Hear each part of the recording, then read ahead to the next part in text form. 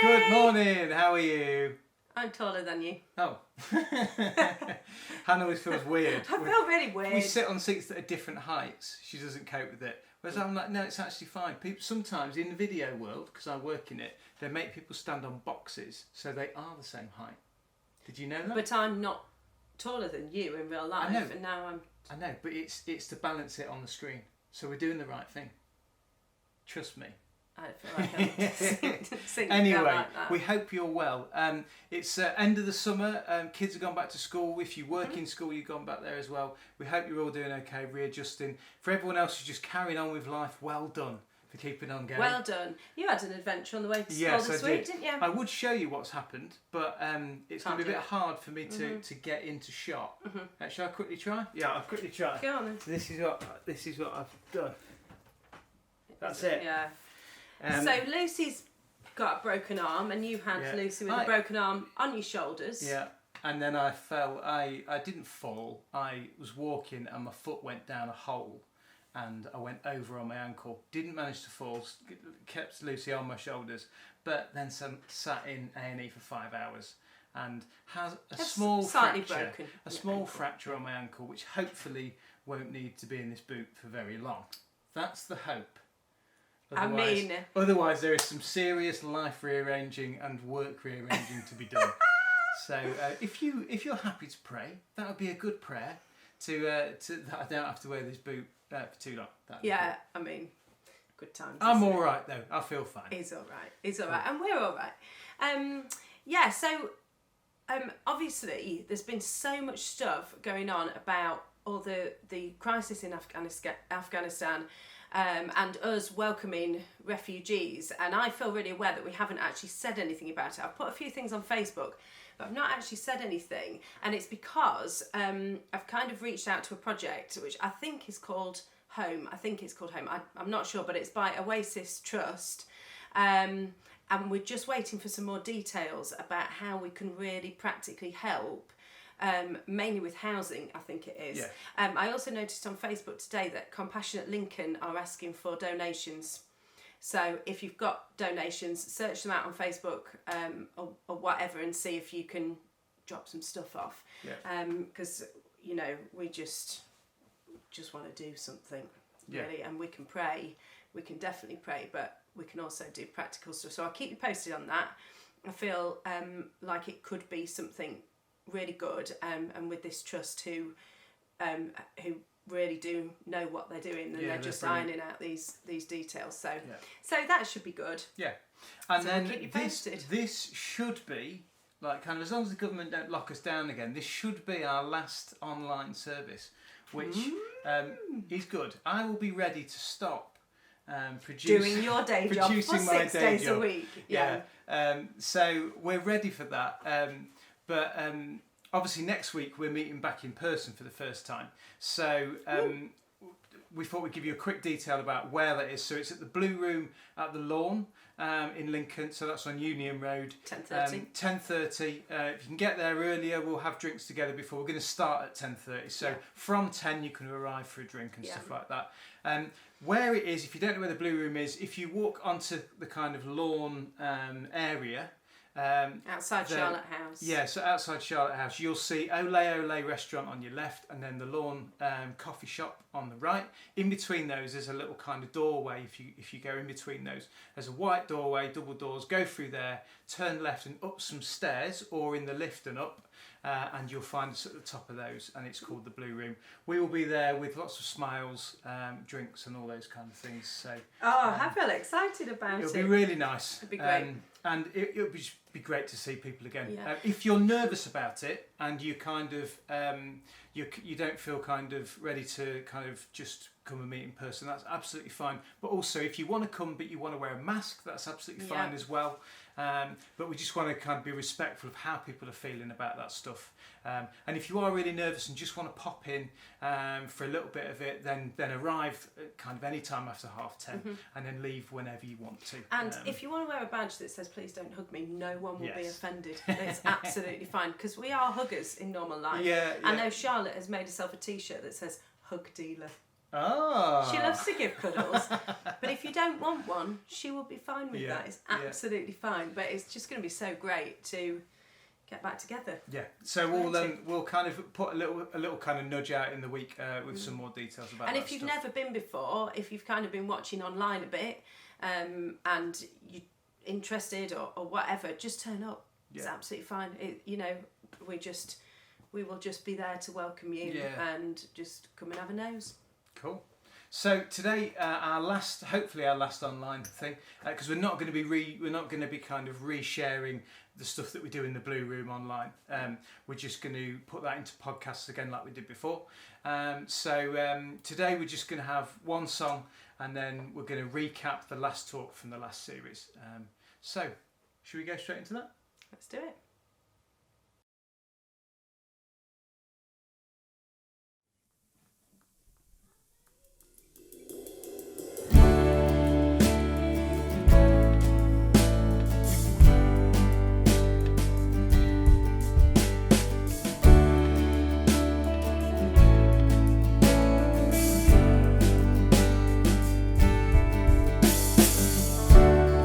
Open fields, open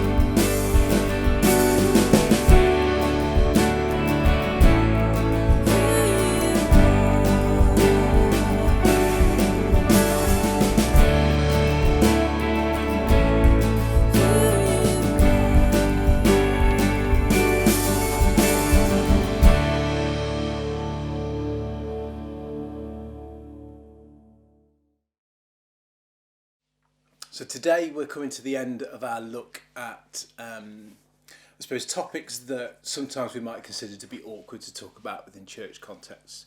Sometimes it's easier to stay silent on topics than nail your colours to the mast and say, this is what we think and this is what we feel about this stuff.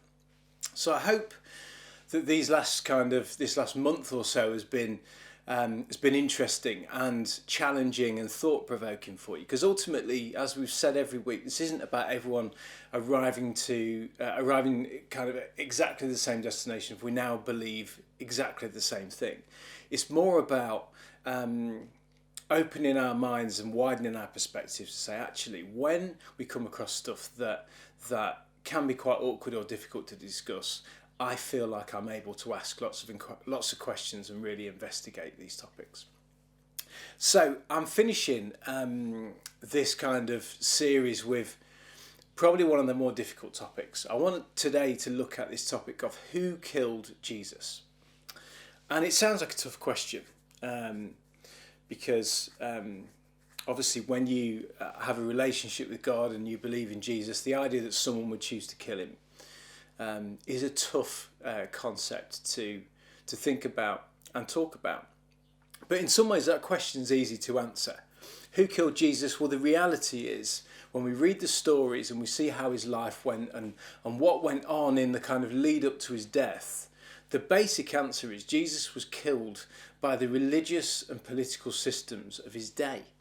The way he would behave and the kind of things that he would challenge and the stand that he would make upset a lot of people, and ultimately he knew, I suppose, that standing up to the systems of the day would ultimately lead to him being killed. But the reason I want to ask this question is to try and get to a much deeper point. And I think that comes really from me reflecting on my life as a Christian, my kind of my pursuit of God and my journey of trying to pursue God and get to know him more. Because I would say I became a Christian at the age of 6, and I'd say growing up, but especially even through my adult life, I would say when I look at this whole concept of Jesus dying on the cross, the general view that I was taught and held myself personally for a long time was that Jesus died on the cross to pay the price for our sin. That in effect, Jesus' death was this transaction, that it was paying back God for the sin that we should be punished for. Now, that's a very common viewpoint, isn't it? And I think probably we would all sit there and nod in agreement that that's what we've always thought and been told and what we've always essentially believed. But as I look at that stuff, I'd say, even as an adult, I'd never really thought about questioning it because I didn't think there were any other options. I thought that was what we were told, and that was just the way it worked. And the songs that we sing and the preachers that we hear and all this kind of stuff reflect that message. A few years ago, Steve Chalk wrote a book called The Lost Message of Jesus. And it caused quite a stir. I love Steve Chalk. I think he's one of the most inspiring and amazing Christians. The things that he's done and the stand that he's taken on so many different things. I just love listening to him and love hearing his kind of perspective on stuff. But the reason his book caused such a kind of controversy was that in it he challenged this concept of Jesus being punished by God.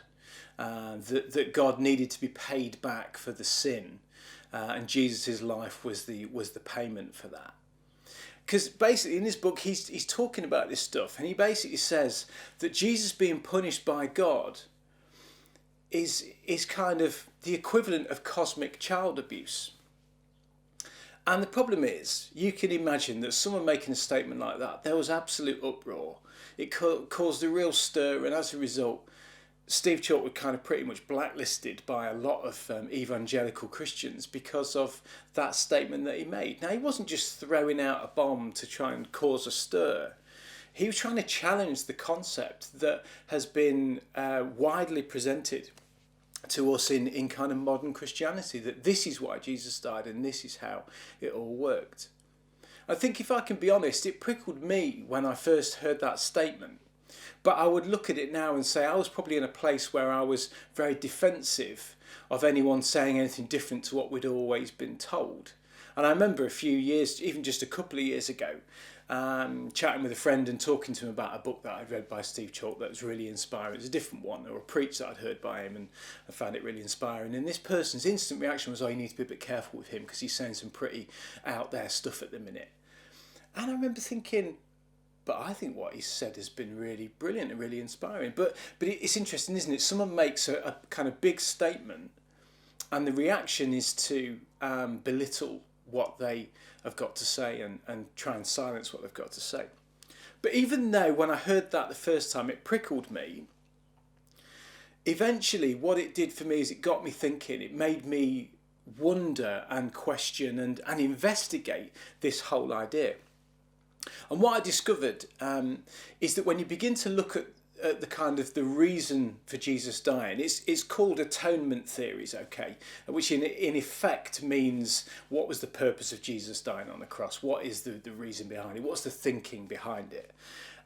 When you begin to look into different atonement theories, you realise that there are loads of different opinions and loads of different options of what people think. Now, these aren't just kind of random people. These are Christians throughout history and in kind of different places, and their particular understanding and interpretation of what Jesus' death on the cross actually means. So what I want to do is I want to read through 4 different atonement theories that have been around for various amounts of time.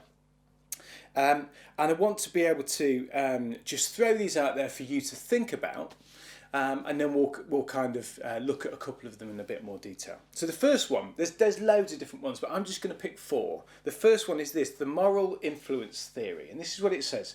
Jesus came and died in order to bring positive change to humanity. Christ's death was a catalyst to reform society, to live by his example. The Holy Spirit comes to help produce moral change, and after death you are judged by your conduct in life. This drives the belief that a moral life will lead to ramifications, and emphasises Jesus as the first martyr. So this theory was affirmed by Augustine and was one of the earliest atonement theories. Okay, so that's one. The second one is called Ransom Theory, and this is what it says. Jesus died as a ransom sacrifice to Satan, which was the dominant view, or God, to satisfy the debt of original sin. While Adam sold humanity to Satan, Jesus bought us back, and we are now free from Satan's grip. Now humanity is free from sin and death. Alongside moral influence, this was also one of the first theories found in Oregon, who was a theologian, a historian. The third one we're going to look at is called Christus Victor. And it says this: Jesus dies to defeat sin, death and Satan to free humanity. This differs from the ransom view because there is no payment or transaction to Satan or God to relieve humanity. Instead, Jesus defeated evil. This is the most widely accepted theory in church history, especially up until the 12th century. Most theologians agree that this view is true, even if they disagree that it is the primary theory. Next one. The last one we're going to look at is called Penal Substitutionary, or the Penal Substitution Theory. Jesus' death is punishment, which is the word penal, in the place of sinners, which is substitution, in order to satisfy God's wrath. The legal demand to punish sin is met, and now God is satisfied because of the transaction of Jesus. God is not merely satisfied with the debt of justice being paid by Jesus, but God is satisfied with punishing Jesus in the place of humankind. A result of the Reformation, and more specifically from Calvin and Luther, they modified satisfaction theory, which is another one we haven't covered, and developed a more legal stance. This is the most dominant view in the Western Church, particularly with Reformed and evangelical churches. So those are the 4 different ones that I wanted to focus on, just to give you a little bit of a kind of spread of how things have changed and evolved over time. And it's interesting to see those different examples. There's probably elements of each one that we've heard and has been communicated to us. But actually, when we think about those, which one do you feel like you've been taught? Which one is the one that you remember hearing the most about? And a different question for us to consider is, ignoring what you've been taught, think about what you know of God and which one resonates the most with you. Because that's the biggest question, isn't it?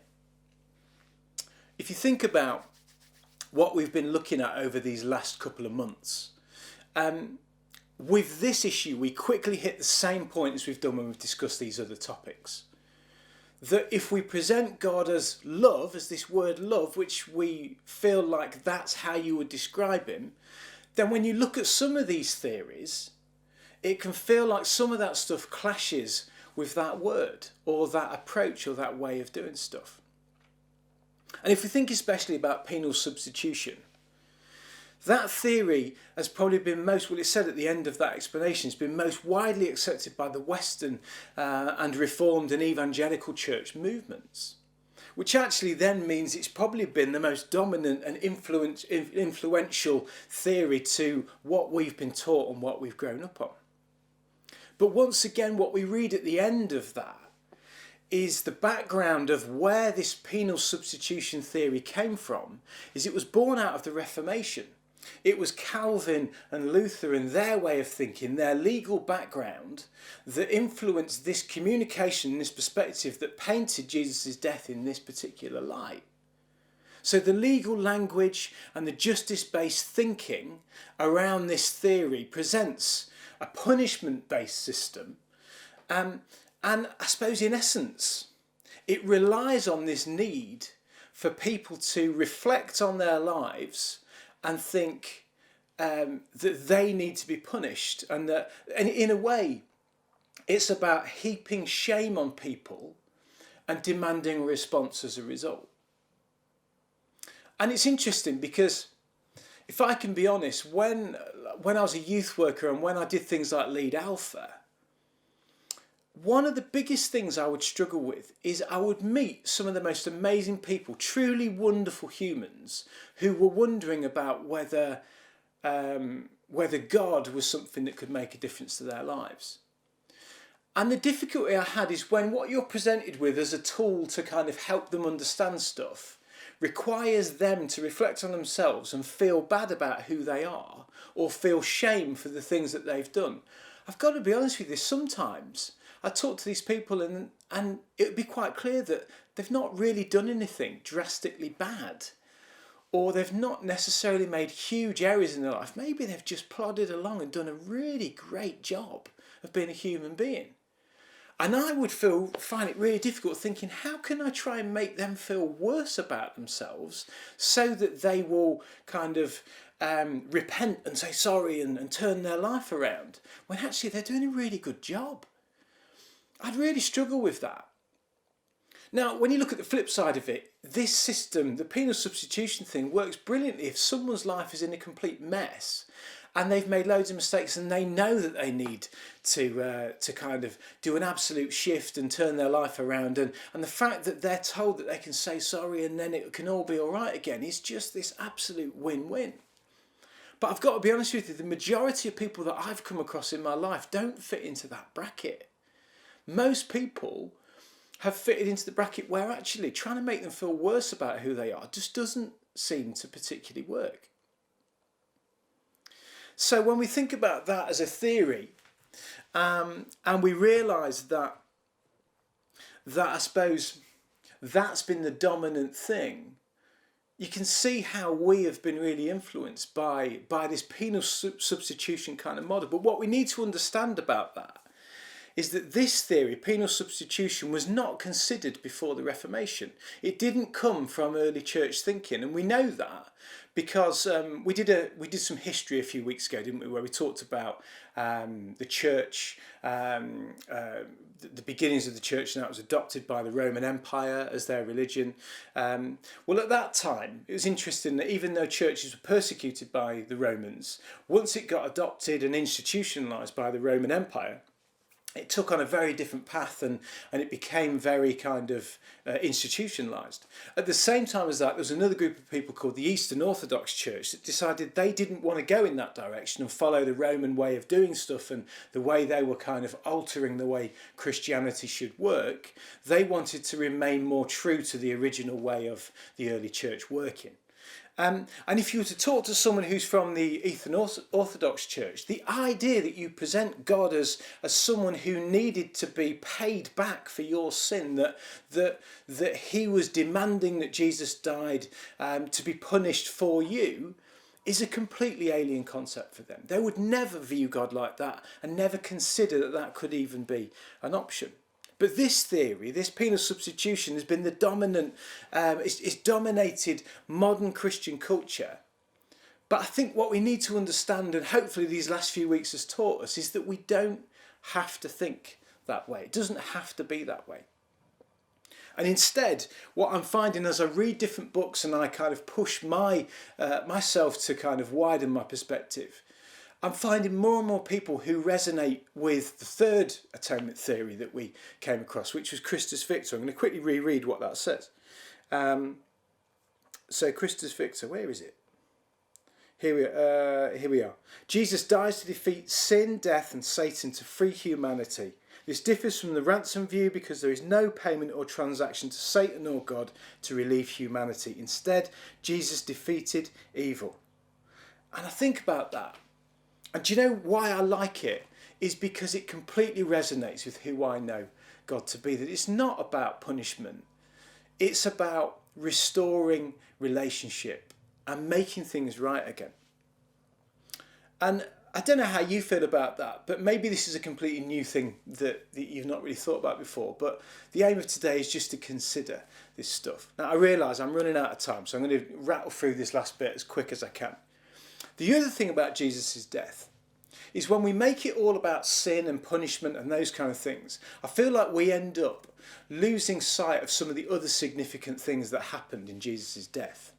Now, we know from Jesus' life that the way he would work is he would consistently challenge the religious systems, religious leaders, and even the rituals that they made everyone do in the day. He was prepared to stand up to that and say, no, I don't think this is the way that it could work. As a result, he had quite a difficult relationship. We often found himself being challenged, or they were trying to trip him up in public settings to get him to say the wrong thing so they could completely annihilate him for what he said or did. But actually, so much of what Jesus did would rub the religious leaders of the day up the wrong way. And even the fact that Jesus claimed that he was the way to access God made a mockery of their whole way of working, all of the rituals and practices and things that they needed to do in order to be right with God. Jesus was saying, no, I'm the way.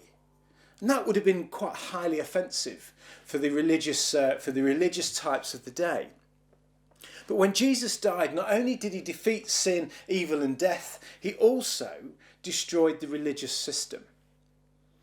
He was basically saying, no longer do you need to offer sacrifices to be right with God. That's what you've always thought. And to be honest, when we look back at how people would relate to gods and pagan gods, that kind of practice was probably influenced by the way people would try and appease pagan gods throughout history. So that was adopted into how they needed to work with God. But what Jesus did when he died on the cross was he put an end to the need for sacrifices. He also destroyed hierarchy. I'm going to read you a quick passage from Matthew 27, verse 50. Where is it? So what's just happened is Jesus is on the cross. The skies have gone dark for 3 hours. He's cried out to God, asking him, why have you abandoned me? And he's in this moment, this insane moment just before he dies, where the world is almost kind of suffering alongside Jesus. So that the skies are dark, and then this is what happens. And when Jesus had cried out again in a loud voice, he gave up his spirit. At that moment, the curtain of the temple was torn in two from top to bottom. The earth shook, the rocks split, and tombs broke open. When the centurion and those with him who were guarding Jesus saw the earthquake and all that happened, they were terrified and exclaimed, "Surely he was the Son of God." So there's this unbelievable moment where the world seems to react to the death of Jesus. The physical world, rocks splitting, and the sky going dark, seems to react to Jesus being killed. But the key thing I want to focus on there is in that moment, the temple, the curtain in the temple was torn in two. And this to me was a hugely significant thing. This curtain was there because the way the Jewish church worked is in the temple you would have the place where everyone could go. Then there'd be a curtain, and beyond the curtain was a place they called the Holy of Holies, which was where the Jews believed the presence of God would dwell. Now, no one other than the priest was allowed past the curtain into the place where God's presence was. So Jesus dies on the cross, and there's this moment where that curtain, which was a barrier between the presence of God and all people, was split in two, torn in two in this moment as the world shakes because Jesus dies. And to me, that's a hugely significant moment. When we make his death all about sin and punishment, we lose sight of the fact that what Jesus did when he was defeating sin, evil and death was actually also destroy the religious system of the day, remove the barrier that was stuck, that was separating people from the full experience of God. He destroyed that. He ended that. And he changed the way everything worked. He included everyone from that moment. He destroyed the system and he levelled the field. So this is a huge topic to think about. And I'm not expecting you to listen to what I say and go, okay, yeah, I'll now think like that, or I'll think differently. All I'm asking is that we give this topic time and we allow ourselves to think about it and open our minds and open our perspectives. And as we take time to think about how we think about God, my challenge to you and my kind of encouragement to you is don't be afraid.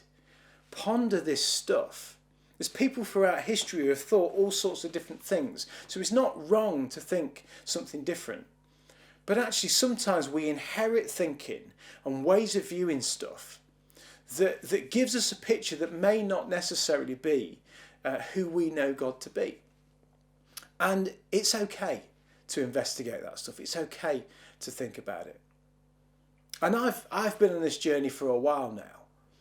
And even though it's been hard, it's been really important.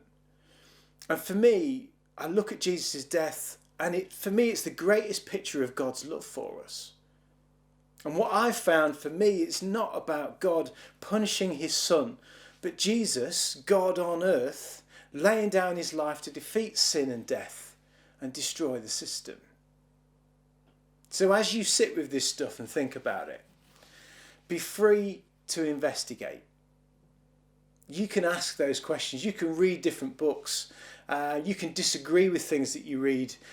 You can find new perspectives that really resonate with you. But go on that journey to investigate this stuff further. And my hope is that as you do that, you may even find that the good news is even better than you first realised. Let's pray. Father God, thank you for this time today. I pray that you would be with us as we think about this stuff. That we wouldn't feel isolated or disconnected, or we wouldn't kind of feel like we're doing anything wrong by asking questions. Instead, God, we would find you on that journey, on that pursuit of you. We would connect with you in a new way, in an exciting way. So speak to us and reveal yourself to us. And God, I pray that we would just begin to know you more and more by chasing after you. Amen.